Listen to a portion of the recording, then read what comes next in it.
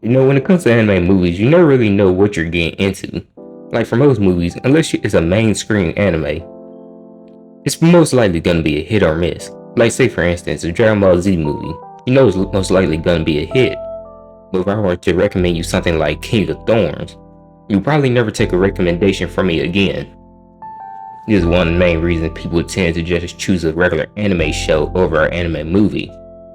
But for this video, I'm gonna be talking about one anime movie in specific, and that anime will be called Feast of Amrita. This movie spans over about 48 minutes and was released in 2023. By the way, this is an anime original movie, so to my knowledge, it doesn't have a manga, light novel, or anything like that. So all that, let's start at the beginning. The anime starts off with a few girls walking down the sidewalk having a nice conversation until they realize someone is standing on top of a building, and then suddenly decides to jump off and vanish, or at least it appears that way. But this doesn't matter too long because one of these girls decides to start tweaking a little bit. By the way, this girl right here will be your main character, Tamahi. Like classic horror movie fashion, this bitch decides to run towards the building that the scary shit just happened at, and her friends decide to follow her too. Unfortunately though, this does lead her and her friends to getting separated from each other, with Tamahi being by herself and the other two being with each other. Don't worry though, because even though it appears Tamahi is probably by herself, her friends are most definitely not, because some bug looking thing sneaks homegirl and decides to take her life.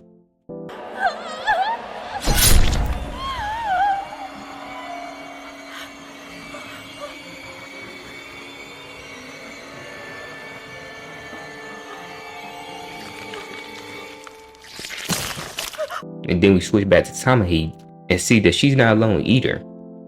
Now all of this is pretty much weird because a few scenes later she ends up waking up, but her friend let her know that her other friend, the one who was snuck by the bug, is most definitely dead. So take that how you may. But nevertheless, they are still in the building. So this bitch decides this is the best time to start tweaking again.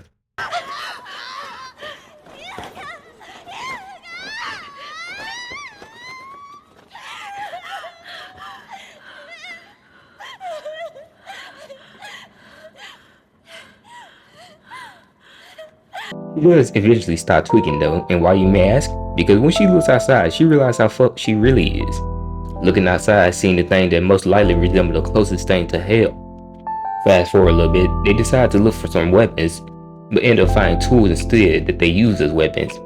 But this really comes in handy because a little bit after this, they are attacked by some bugs. But this is just a minor inconvenience because while Tommy is distracted, she gets snatched up.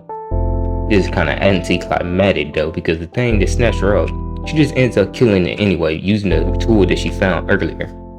And after the bug looking woman dies, she just ends up back in the hallway where everything starts to break for some reason. Nonetheless, Tommy does eventually find her friend Aki, but it doesn't matter because this bitch done got taken off the map. Yep, makes sense. Makes sense, perfect sense, okay. Now, I'm not gonna lie, after this part, things just get weird because it shows different Tamahi are going through different events.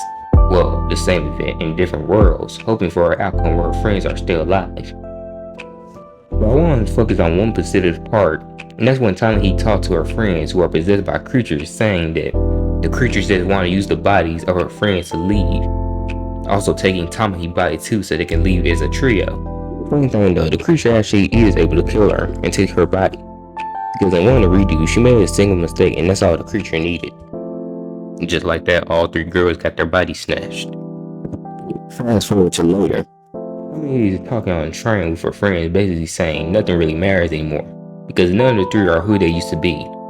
Indicating that as the camera pans over to three creatures waiting at the end of railroad tracks for them, showing that they lost.